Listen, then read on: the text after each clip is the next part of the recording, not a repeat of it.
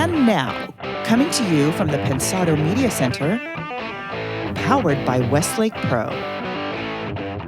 He stays at the top of the pop and country charts. You'll meet our super talented guest.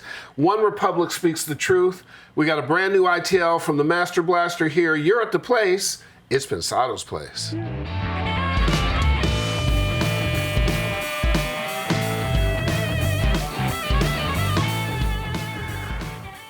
Yeah, How you doing, buddy? I'm good. I'm good. Excited about our guest. And, oh, absolutely. And I think something that we should share with the audience. Shall we get to it? Of course. Cool. Hey, gang, thanks for joining us, and thanks to the folks who make the place happen.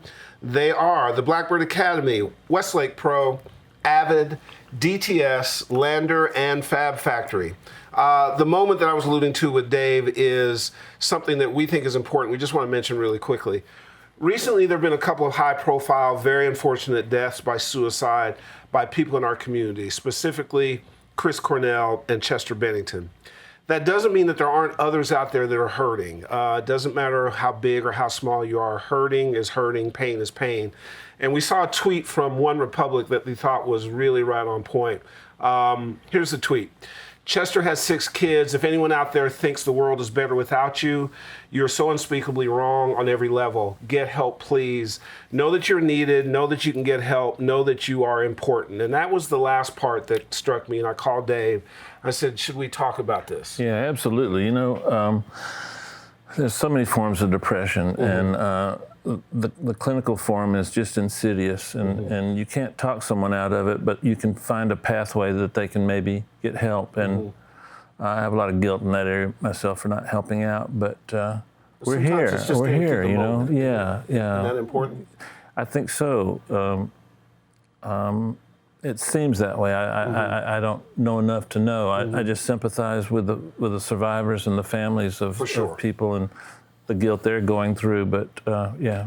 But what we want to say to you is this. Let me go back to those last 3 lines, because we've had ups and downs. You're going to have ups and downs.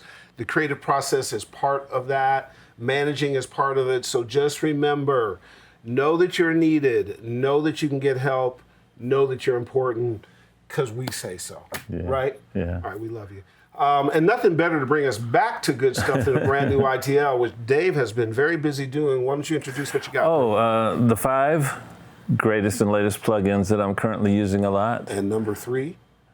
Number 3 will shock you. Wow. Or was it number 2 that shocks you? No, it's number 3. Might have been number 4. Let's roll it.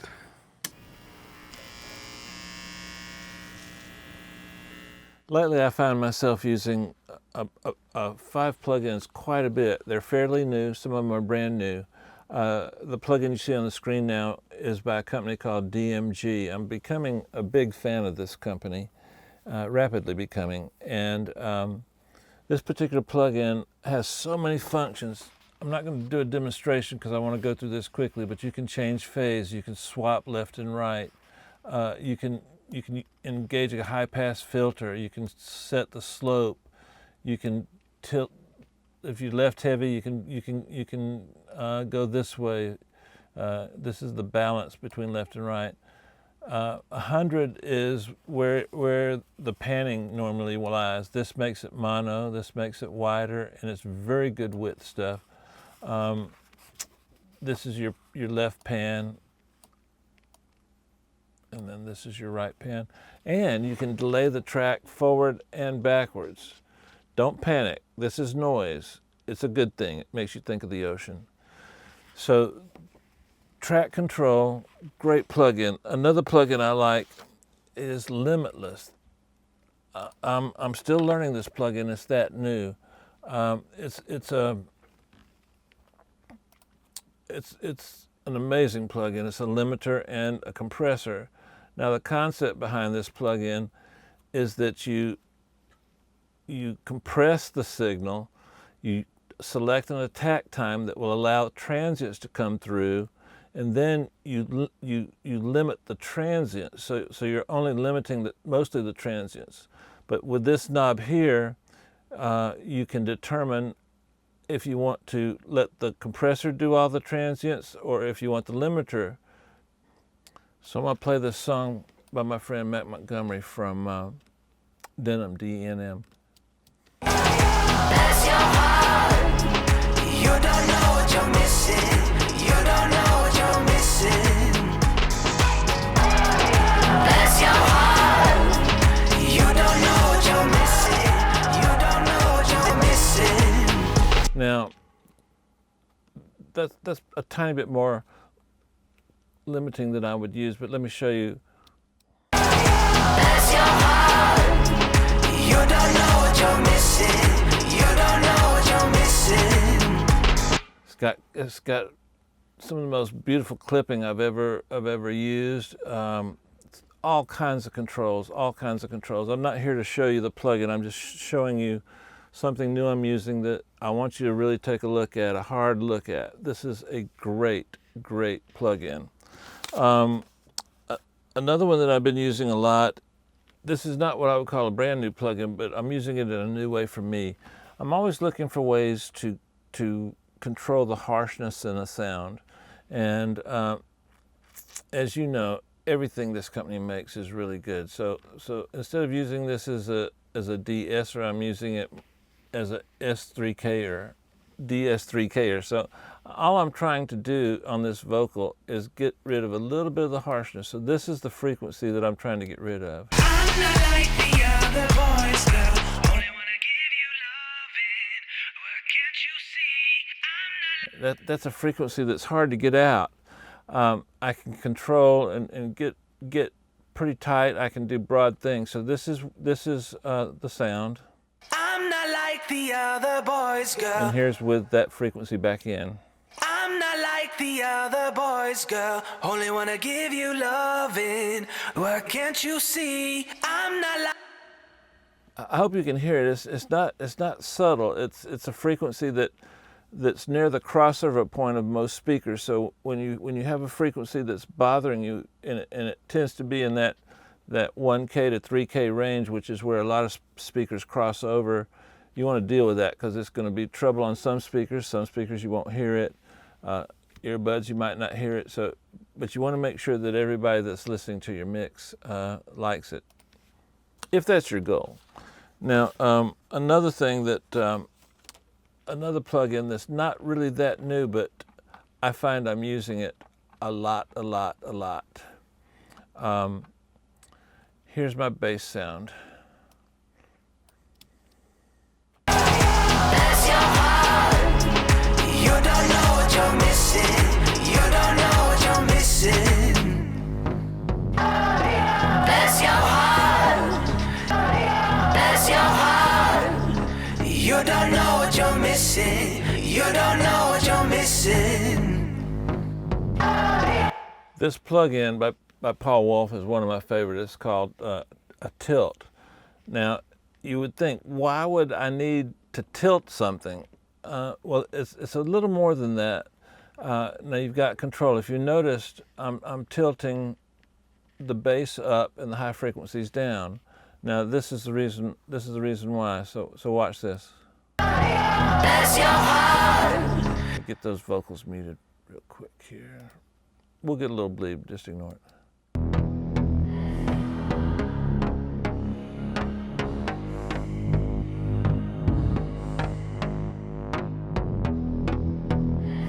In the track, what's happening is I needed to tighten up the low end a little bit. So you can see I've got a filter here. Got a little bit of filter going on. I felt like the attack of the high component in the bass was taking up too much space rhythmically and groove-wise. So this also gives you a really nice coloration to the sound that I like. So in the track, I'm going to show you what I did. Bless your heart. You don't know what you're missing. You don't know what you're missing.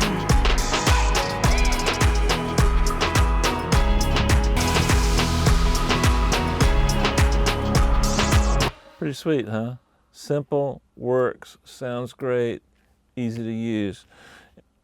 This is one of my favorite plugins. I can't say enough about this plugin. This thing is a beast. In fact, keep an eye out. I'm gonna do an Into the Layer on just this plugin by Luca Predolesi, my dear buddy. So check this out.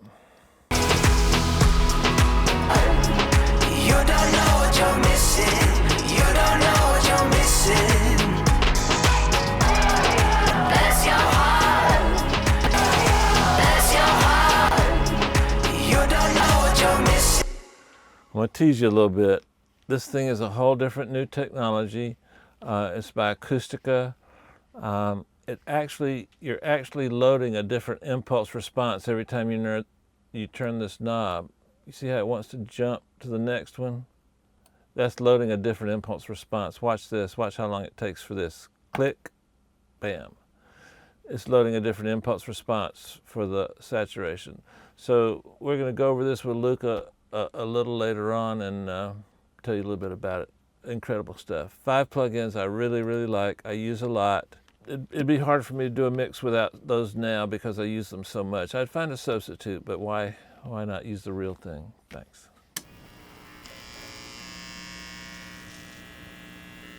Boy, you talk about prolific. Producer, songwriter, musician, hit maker, label executive.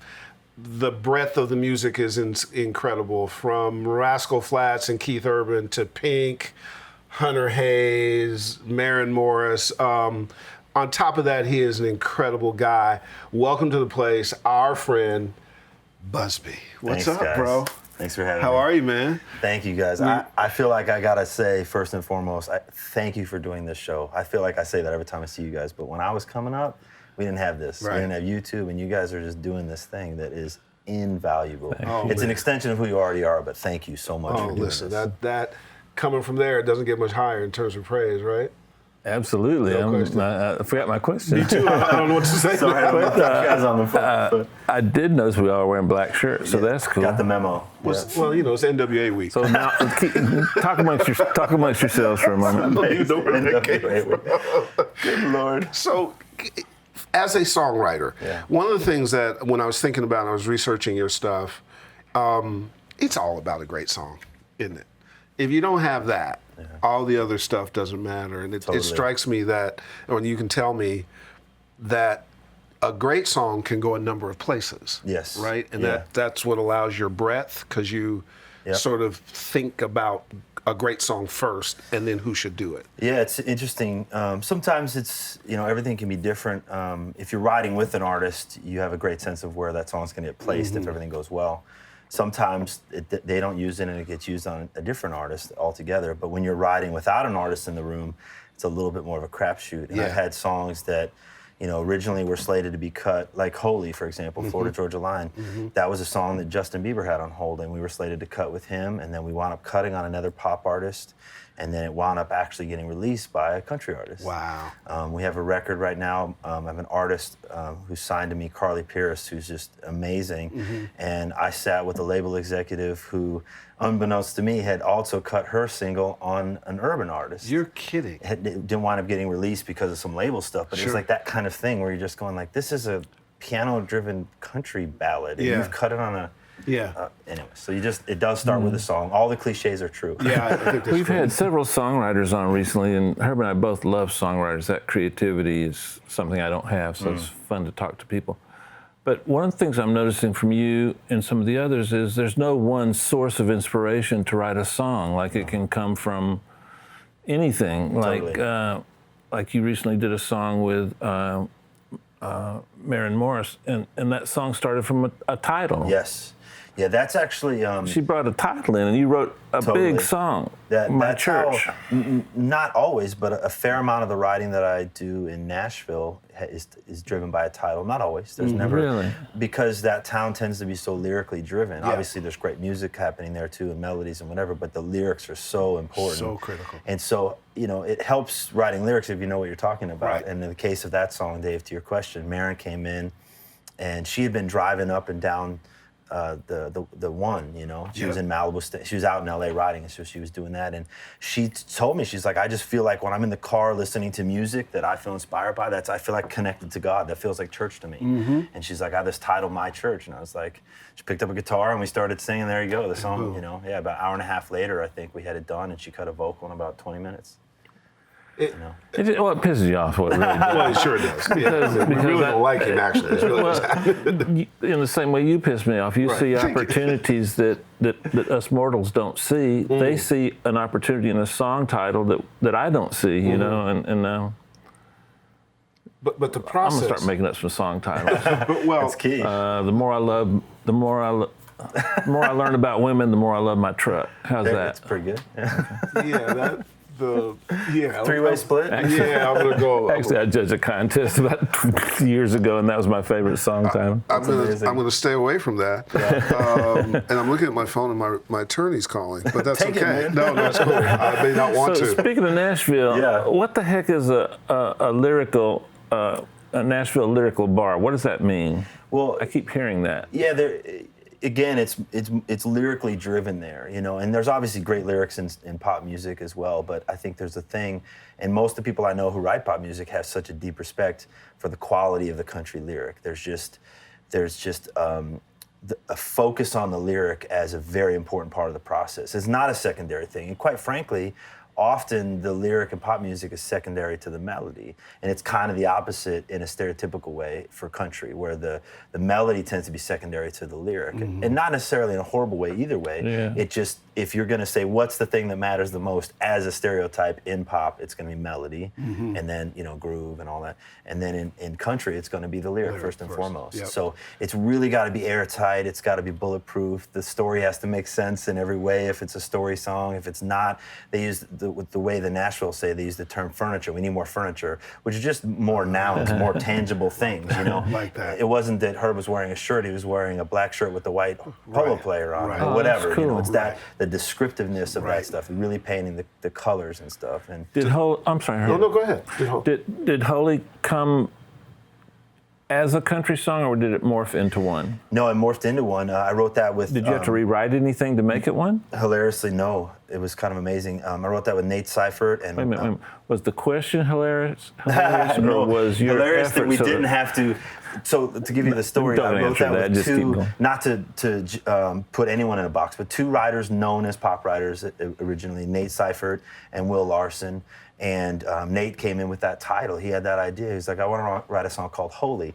And one of the things I've learned as a writer is let an idea prove itself to be guilty. You don't have to shout out that it's guilty. Be like, oh, that's not a good idea. Not that Holy's not a good idea, so but I was smart. on the fence. And then the second thing out of his mouth was like, it's an acronym for High on Loving You. Wow. And I was like, I love that. Boom. And we just started writing it, and the way we produced it, the way we wrote it, it wasn't intended for anything, just trying to write a great song. And But you speak to something that in the workflow and in the creative process, probably people don't pay attention much, which is don't always be so quick to judge. Totally. You know, and it takes a certain maturity to get there because everybody wants their opinion valued and feel like the thing I need to do is give you my opinion, and sometimes you need to breathe and let it sit. Totally. Correct? And the other side of it in collaboration, I think is really important, is you don't have to be the one who does all the thing. Like, it's just because the three of us are here, it's like a conversation. Like, my value is not defined by how much I'm going to talk in this interview, right? It's like we're having a conversation, and technically we may get to the end and we see the breakdown, and Dave talked 41% of the time and Herb, whatever, who knows? It's not about those things. It's about everybody pulling together and trying to make something. And so being able to get out of your own ego. Like, I didn't have the ego that it was Nate's title or that Will had this great groove or whatever. I just thought it was dope, and I was glad to be there, and let's all just try to make this thing awesome. And we're not keeping track of who did the most. Exactly. We're all pulling. You know? Do you see that as somewhat diminishing in today's world with the advent of the 20 songwriters and producers that we're seeing? Is that It can be. I think it has more to do with the mentality. I mean, the more songwriters involved, I think speaks more to the fact that the producers are now songwriters than it does. Because if you think back in the day, 2-3 people would write the song, right, and then 1-2 people would produce it. So if you just make that as like 5 people involved on the high end, whatever, and then they're now all writers with it, and that's kind of where that starts. And then there's Pharrell. Yeah, exactly. Only Pharrell. I guess Tedder's had a few of those. And Yeah. it's just, I mean, to me, man, great songs are hard to come by. So you take them however you can get them. You know what I mean? And just try to do the best work you can in the room that you're in. Is my opinion. You know? Now, in your process, in your process, is there a favorite part? Is it better, because you're also an artist too? Is the songwriting you like better than the producing, or is I'll get super specific with you, because I was actually having this conversation with somebody the other day. In my opinion, the best part of the entire thing, as someone who writes and produces and whatever, is when, it's not even when the song's done, but when it goes from, do we have anything, to we have have the something. thing. That feeling, that switch over of like, oh, this is it.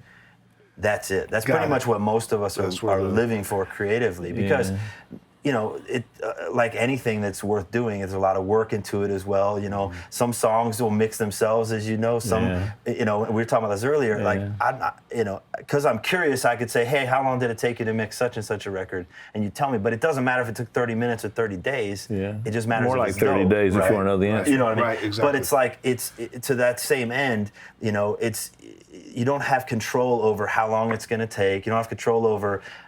You know, what the label's going to do with it, or how the public. None of those things you have any control over. The only thing you can really influence is the making of the thing, and that moment where it turns from. Because most writers I know that I've spoken to who'll be honest about it, we go in most days sort of feeling like, oh, this is the day where it's not going to happen, and people, and they're going to call, whoever they're going to call and go, thank you, Busbee, it's been great. You're out. You're no longer part of the thing. We realize that you're just BSing us, basically, and or we're not going to get a song today or whatever. And so that moment where you cross over from having nothing to having something, it's big. That's like euphoric almost. I guess it's a lot like an athletic event where 10 minutes before the buzzer, you know you've won the game. I guess it's that feeling, that euphoric moment. And I think it is, when you look at collaboration and when you look at pulling all in the same direction and so forth, it's a team sport. Totally. And I think when you get in that, it's just like when we have an interview like this one that's going well, we sort of zone out that it's a show. Totally. And you're just rolling. 100%. And when that moment happens. Let me know when it happens. Yeah, I'll hit you.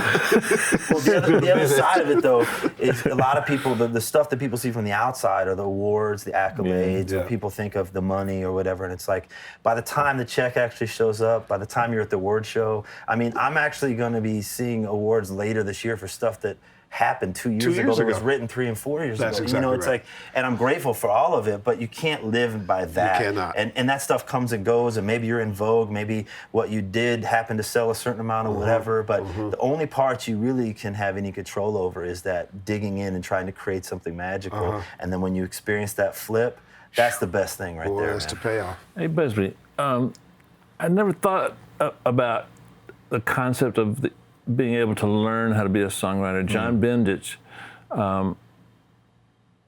taught you how to be a songwriter. Can you share with us some of the things he said so I can be a songwriter? Well, one of the many wonderful things about John is if this he was early in your career. Yeah, if he was here, he would stand up and say, I didn't teach him, you know, whatever. Sure. It's like anything that when you guys are identifying talent, there's obviously something there that you're helping foster. And I know both of you guys are a big proponent of that process, right? That's what John was for me. He was a mentor. And it was really, I mean, when I met John, I was playing trombone, jazz trombone, and a Grateful Dead cover tribute band. I'm not making this up. How cool is that? So the fact that John was the conga player. Wow. So the fact that he saw something in me and learned or felt like he could sort of woo me, not away from jazz, but into, he was baffled, like, you'd never heard Stevie Wonder? Because I was a jazz head. Sure. Like, this wasn't like, I didn't listen to any You mainstream won awards music. coming up. Yeah, it was all Yeah. hardcore jazz guy. And so he introduced me to Stevie Wonder's music and Sting solo music and Donny Hathaway and then Carole King and James Taylor and like all this stuff, and then Led Zeppelin and Beatles, and like I hadn't heard any of this stuff. It's still in my teens, you know. So in my early 20s, I was just eating it all up. It was amazing. So it was the biggest part was introducing me to those artists, but then beyond that, really just helping identify what makes those songs that are really timeless and great songs truly timeless and great, and then truly. Probably the most important thing, he took the time to listen to my work and critique it. And would this was back, I wasn't emailing him MP3s, I was calling him on the phone and playing it on my Fender Rhodes. And he would sit there and listen. I would set the phone down, play the whole song for 3 or 4 minutes, pick the phone up, he's still there? And then he would tell me what he thought, you know, or I'd go to his house and play him stuff. And just more than anything, time and listening and investing, really. There's no secret. He happens to be a brilliant educator, even before he was officially an educator, which he does a lot of that now. That's who he is as a person. So just kind of every ounce of what he's about was all about that, you know, so. Is that what when you write, do you write on the keyboard? Or it's always different. It's always different. Piano. A lot of times I'm building some sort of a track, even if I'm not producing it or am producing it. You can get really inspired by so many different sounds in the computer. So whether it's a sample of an upright piano or a plucky synth or whatever it is, you know. Have you ever written a song with a trombone? I've not written a song on trombone to my knowledge, but I have utilize trombone in songs I've written. Really? Yeah. Usually, actually, I did something with Marin recently where I played trumpet, which I'm not much of a trumpet player, but there's enough of an overlap. Yeah. I just stacked 3 different trumpets, and it sounded like a pad instrument that was different sounding. nice. There's a nasty, almost decapitator sound a trombone gets that I like that. It's like, It's an expressive instrument. Some have equated it as one of the closest to the human voice. You know, and as an aside, this kind of blew me away. Someone pointed out that if you take different instruments and you remove the attack of the sound, it's almost impossible to distinguish certain instruments of the same range from each other because so much of the sound is defined by the attack. Yeah, you know, we were talking about the big interview with Dan Rather, how much I enjoy that show. He did Trombone Shorty too. Oh, wow. Who's not short. No, exactly. That's the coolest thing. Trombone. Great New Orleans guy. So all your influences, rock, R&B, hip hop, jazz. Yeah. A song like "Try" by Pink. How did those influences manifest in that song? Well, and I got 2 more, so no, be it's prepared. great. I think the through line to me is feeling stuff. You know, I know it's not the most eloquent way to say it, but I like to listen to music that makes me feel things, whether it's, you know, Blue and Green by Miles Davis, or Hey Jude, or you know, Moonlight Sonata. Or, I mean, a long list of music, you know, Esquivel, whatever. I just love stuff that makes me feel things, whether it's like, you know, a groove or a lyric or a harmonic or a melodic thing. And that's ultimately, and part of the reason I found a different expression beyond jazz was because I realized, even though I love jazz, it wasn't specifically jazz that I loved, it's how I just found myself, and it was the feelings I got from music, and jazz was the music I was making at the time. You can express yourself Totally. in jazz. Yeah, well, and I was a trombone player Yeah. in band, and then my band director introduced me to jazz, and it was like the expressive sort of tool of choice. And then when I got into more mainstream music, I still was just looking for that feeling, looking for, you know, originally it was harmony and the way that harmony and melody came together, which it's still some of that. It's just in the most popular music, the harmonic knowledge is a little more limited, or I shouldn't even say limited. It's just less colors you're painting with, but you still have the same challenge of being expressive. Yeah, exactly. You know, it's more of a challenge in my opinion. Yeah, exactly. A lot of people that came up on jazz, not all, but a few, they're not capable of writing a song with two chords. How do you fight that? Like I love some of the old war songs like Cisco Kid and those kind of 2-chord songs. I notice your chord structures are not quite jazz, but you're not tethered to the concept of an embellished chord. Totally. How do you fight that? Because some others can't. To me, it's just about knowing the context of what you're doing. You know, it's like, I mean, if I was going to go meet the president, I'd probably wear a suit because that's the context, right? So you or dress whatever. down for us, is Yeah, what you're exactly. saying? With you guys, I mean, you're lucky they have clothes on. I mean, No question. Yeah, we do say. no, but That makes sense. It's to me, it's not an issue because as soon as I sort of got over my need to be the guy who knew all the chords and did the whatever, it was like, this song doesn't call for that. So it wasn't even an issue of toning it down. Right. Like there's the Lady Antebellum single that we have right now.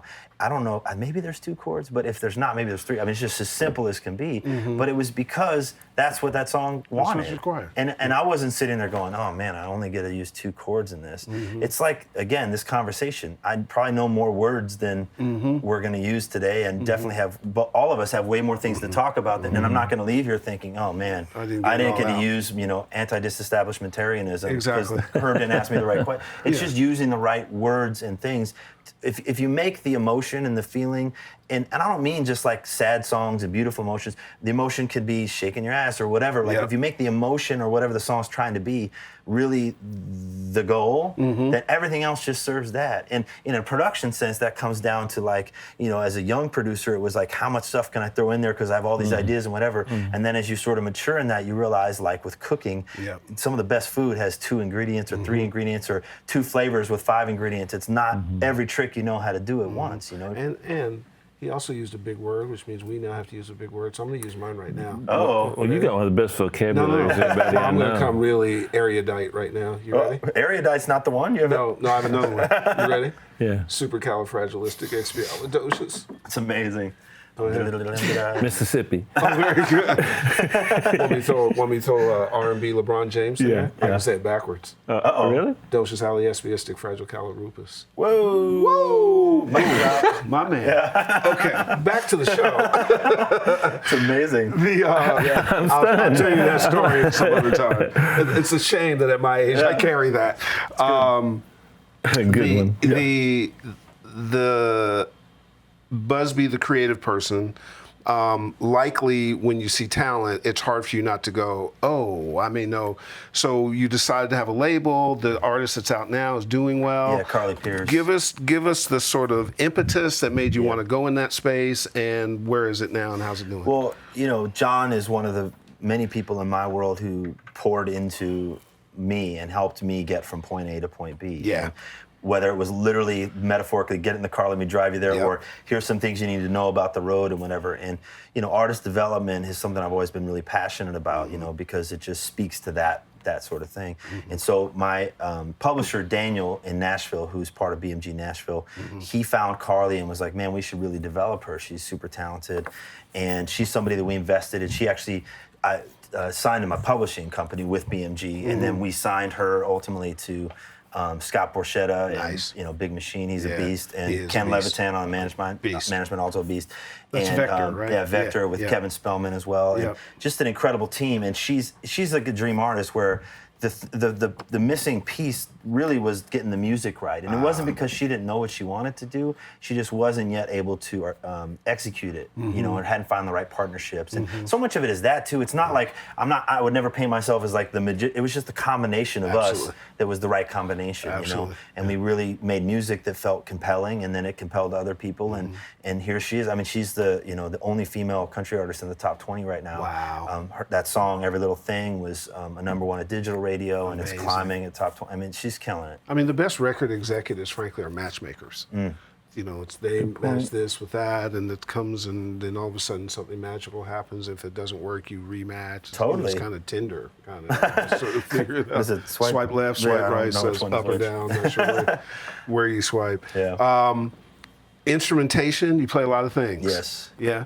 If I can save us some time, what do you not play? Wow. Yeah, exactly. I don't know. Zither. I'm happy to play whatever's needed, but I also actually really love having other people play because they bring different flavors to that. It's like, if I was going to make another cooking analogy, if I was going to make a tomato sauce, I know what that's going to be, but if I'm like, Herb, why don't you make the tomato sauce? Right. I'm going to be more it's surprised. Gonna be exciting. Let's say, and then the next level is maybe Herb's tomato sauce mixed with my tomato sauce, or we make it together. Yeah. So it's like this other thing that is not as predictable for me even, you know what I mean? So, but my main instruments would be piano and bass. I play a lot of piano and keyboards and stuff, and bass, and trombone at one point. I play a little bit of guitar, program and stuff, but it's. We saw you play. He's being humble. Remember? Man, that Keith Urban show was incredible. Yeah, that was a treat, right? So, from an inside perspective as a songwriter, don't name names, but is it possible for a songwriter to have a formula? And do you know of any?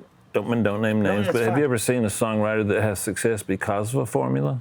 I don't know if it's a formula per se, because I think. Because it sure seems like there's some guys that consistently have hits. Well, let me put it this way. Max Martin is definitely one of my songwriting heroes in the pop sense, and there's something the Swedes kind of refer to as song math, and he seems to be the master mathematician. What does that mean? I'll come back to that real quick, but basically, if what you're asking was literally true, then he would always have a #1 and never have not a #1, and every song he wrote would be a hit. But even with the years of experience Max has and the mastery of song math, some songs still will chart higher because there's this unknown thing that has to still happen, right? I hope it stays that way too. Oh, well, I would hope so. I don't know if it for sure will, but I think it will. But the song math, as I understand it, in the melodic sense, has to do with sort of the placement around the beat. If the melody starts before the beat or after the beat, and changing that up in the different sections, and then if the verse is here, maybe the pre-chorus is here, and if the pre-chorus is here, the chorus comes back down, or the chorus. Just basically it's about balance. The Swedes have schools with thousands of people. It's just a songwriting school. Yeah. That's amazing. We don't have songwriting schools. No. Well, the thing that I think is interesting about technology is that if you have songwriters and Swedes, and you have, beat makers, and if you have Brazilian music, we can all collaborate now globally and be affected in certain kinds of ways. Yes. That pushes the envelope. We're in such an evolved kind of state, and Yes. sometimes people are afraid of the evolution, Yep. and they don't know where it's going to go. Other people embrace it.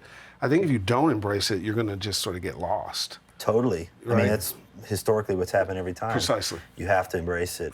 And go ahead, Dave. Sorry. Oh, I'm sorry. No, it's fine. I just had a thought about time too. I'm a big proponent of the concept that we learn media. We don't automatically know how to take in media. I wonder if are those techniques that you're talking about universal? I mean, would they apply equally to someone, say, in Siberia and someone in the southern tip of Argentina, and then someone here? Are they universal, or are they? You're talking about like the songwriting techniques? Yeah, I the think math. They're universal in as much as if you're trying to write commercial music for top 40 radio, because there's plenty of country hits that don't use song math. Okay. You know, and it's been an interesting clash, not necessarily in a horrible way, when I see some of my pop friends go to Nashville and everyone's sort of looking at each other like song math, not song math, whatever. Right. You know, Oh, so do people rebel against it when you're writing in I Nashville? wouldn't say rebel against it. There's just not. But It's culturally driven. not a Song fit. math is more of a melodic thing, and Nashville being more lyrically driven. Right. You know, some of it is even as much as like if the melody has a very specific cadence, you don't adjust that just to throw more lyric in there. As where again, these are all generalizations. But in Nashville, if they want a particular lyric, then you would adjust the melody. So, and there's not that same tendency in song math, so to okay. speak. These are all again super I'm generalizations. fascinated by but- that, aren't you? Well, yeah, I It's, mean, and the idea that there's a craftsman that not only does it but also articulates it well. You know that because these kinds of things become illuminating for people who are trying to figure out where they're going to go and Yeah. might not have that information, and all of a sudden they can hopefully can I wonder. see I it. wonder if this is a cool thing. Like in athletics, you practice free throws, so you break down the mechanics of your shot. You get a pre-shot drill. Yep. You practice all these things. You deconstruct everything, and then when you get in the game, you just forget about it and shoot. Totally. Is it that way for you? Like you know some of these things, but when you sit down to write, you just let it flow out naturally. Is that? I think it's a balance of the two, you know. And if I'm ever going to give the right away, it's going to be to the feeling and the gut versus the head and the math, so to speak. You Yep. know? Yep. Because Try is a perfect example. I don't know if the math even lines up. I don't care. I woke up with that chorus in my head. Yeah. I finished it with my What a buddy great Ben, song. and like it's moved boom. tons of people. You know, and it's like. Plus multi-generations too. Yeah. That song just And touches and everybody. my wife and I drove up to Santa Barbara this weekend, and we were listening to the best of the 80s and the best of the 90s on iTunes. And I'm not sure how much song math is in all that stuff. And I'm not against song math. I think it's an amazing tool to be aware of. But you also have to kind of know where you fit into everything. Yep. And the interesting thing about utilizing the science, so to speak, of what we do is that you can sort of see patterns. But once again, some of the biggest records of all time break all of those. You know. Plus, I think it's no revelation, but popular music is tied to popular culture, and popular culture is an ever-shifting, changing Totally. phenomenon. And so, when you get too deep into a thing like song math, then you get a decade or two, and then you're done. Yeah. Because the next culture that's popular, the next popular culture, is going to have a whole different set of requirements in order to please them. We can see that shift now. You know, I mean, And you have to leave room for intuition, inspiration, Totally. the magic moment. It's really like anything, balance, the perfect balance Yeah. of all those things. Yeah, you it's know? the recipe. How's Yeah, that recipe you work can't. out? Everything about a song, or we were talking about this earlier, Dave, everything about your mix could be perfect, but when the artist comes in and says, turn the marimba up too loud, maybe the fact that makes it sound wrong to you makes it actually more right. And again, back to the 80s and 90s Absolutely. thing, we were talking about this again. yeah. All of these mixes, there was very few of these mixes of the best songs of the 80s and 90s that felt like the right mixes, Yep. or like there was wrong stuff all over the place. Yep. But these are some of the biggest songs ever. Yeah. I mean, Ice Ice Baby, which none of us listen to Sure. for its sonic integrity, but that record, no offense if anyone's involved, it sounds like shit. It really does. But it was one of the biggest songs of all time. Absolutely. Like, and it was like, because it doesn't matter. It matters if it moves people. That- you know what I mean? absolutely. Yeah, and by definition, the restrictions of vinyl made everything sound less than perfect because Totally. we had so many you can't do this, you can't do that, and so just the medium was I used to, when I was a kid, I wanted more low end. I don't know why, I've always liked low frequencies and you just couldn't get it on vinyl. Well, it's the 5% in you that, Oh, we've that's talked true. about. That's true. There's a story there. Let's get, Chung, you got a question for our guest? Always. This first one's from Marty Grace. For new songwriters that may be used to writing alone, what tips would you give them on making the most out of their first collaboration with another songwriter? Great question. Be open, stay positive. That's something I preach a lot to younger people, because the tendency is, like if you and I were collaborating on something and I know for a fact that this thing is not gonna work, I can either say, no, Herb, that's not a good idea, Right. or I could say, man, that's cool. But let's try this. Let's try this, or whatever, or even just let it breathe for a minute, Yeah. because I might be wrong. Right. And then at the end of the day, like, it's done when it's done. So let the thing breathe, let the back and forth happen. Try not to be so like, nope, that's not it. No, it's like, it's a really tricky balance, because you also don't want to waste time going down the wrong rabbit trails, but Right. much like the title Holy, stay open. Exactly. And then let it prove itself right or wrong. To our audience, one of the things that busbee is saying that is important is usually patience comes as you get a little bit older and you get a little life experience. You actually can exhibit patience right now. Like you don't have to, and literally be able to point. go through that process and find out. You don't have to wait I on that. agree. Give us another one, Chonksty. This one's from Shell the Rolling Stone. Wait. What's her name? Shell the Rolling Stone. Shell. Shell the Rolling Stone. All right, Shell the Rolling Stone. How did you link with John Bellion on the song 80s Films, and do you remember how the creative process came about I for love that? John Bellion. He's amazing. It's funny because John and I have actually sat down and written songs together, but with that song, he's a dear friend, and he played me a bunch of stuff, and it was like I just had a couple thoughts on things. I didn't even think I was writing at the time, but he felt in retrospect that my involvement was warranted of putting me on as a writer, not something I would have ever asked. It was just a friend. Wow. He's just that integrous and that much of a badass. That guy is one of one. Yeah. I mean, scary talented. Wow. That's the phrase that comes to mind. And fearless. Oh, totally. Totally everything that comes out of his speakers when he's writing is just like nothing you've ever heard 100%, before. man. That's amazing. And by the way, you guys, he has a tutorial on how he wrote a song on YouTube. Check it out. It's pretty fascinating what he does. Beyond. Now, we've been talking a lot about collaborating and teams and so on and so forth in sports. You got to be prepared for this one, homie. Like, Should I get warmed up? Yeah. this is sort of World Series level. I'm pulling out the list. This is not a handwritten list. I noticed that. I noticed that. We've had psychiatrists, psychologists, PhDs. And This list veterinarians. is honed. Yeah, absolutely. It's honed. Well, when you go tech, it's usually based on fear. So, but I'm with you. You ready? I'm ready. Are you ready? And that's a long word for That was me. really a long 'Cause word. normally Yeah. Batter up. Fire away. guitars. Nope. Well, the first thing that comes to mind is With Steve Harvey Derek on it. Wells, because he plays a lot of the guitars that I'm involved in. Most of all the country stuff I'm doing, he'll play guitars on. And You haven't done this a while, so let me explain to you something. yeah, one word. Okay, there we go. Couple of words. Wheezy, how about that? That's his nickname. I threw him off, didn't Yeah, I? exactly. Okay. Overheads. The whole sound, not just the cymbals. I want the overheads to sound like the drum kit, not just capture the cymbals. He's good, Herb. He's really no, good. he's good. I know. might have underestimated him. I actually may leave early. Me too. I'm out too. Vocals. Unfair Child. It's Eric Valentine. yeah. Yeah. Little shout out to my man. Eric Yeah, Valentine, shout out to Eric. the master. Reverb. Spring. Nice. He's showing off now. Herb. Snare. Aaron Sterling.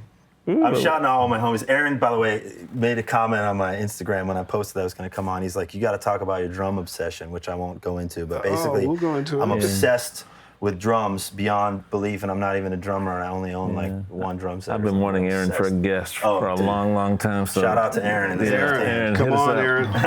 Oh, wow. Is it Herb's lawyer? That's scary. Poor Dylan, I had to just nuke him. Amazing. Trying to do a show. Stereo bus. That's a hard one, man. Good. Close my eyes and make it feel good. Meaning, if it's one plugin, cool. If it's 10, I don't care. Like, you know. Right now, I've been using that Lursen plugin a lot, K-Clip. Oh, yeah. There's that, I can't remember the name of that, but that VCA compressor I told you about that I like. This is something I got from, what's his name, Andrew?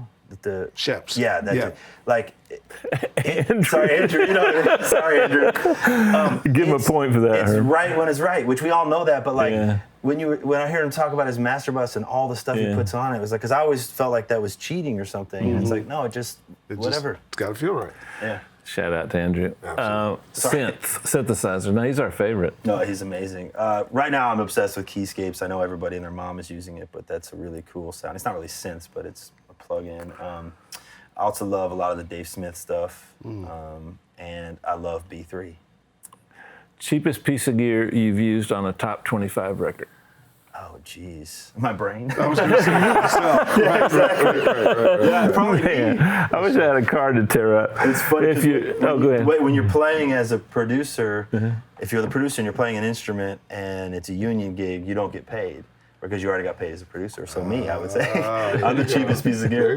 He had an economic model to his answer. just showing off. He's just showing He's off. Busbee.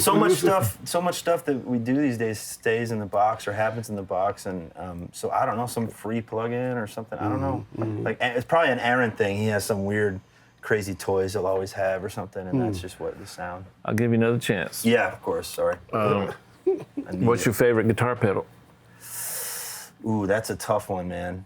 I actually really like that Blue Sky reverb pedal. I use that one. Strymon? Yeah, I forget the name of the. Yeah, I think it's Strymon. I really dig that thing a lot. I know it's Yeah, like me a too. digital whatever, but it's dope. Okay, last and not least, Yeah. if your studio caught fire, what piece of gear would you rescue? Now, let me give you some qualifiers. It can't be your dog, your cat, your child, it has to be a piece of gear besides your hard drives and your Yeah, I computers. know, man, it's and tricky I'm 'cause- going to ask this thing again because it's just too long to I was qualify. going to say, where's it going? It's not my hard drives or human.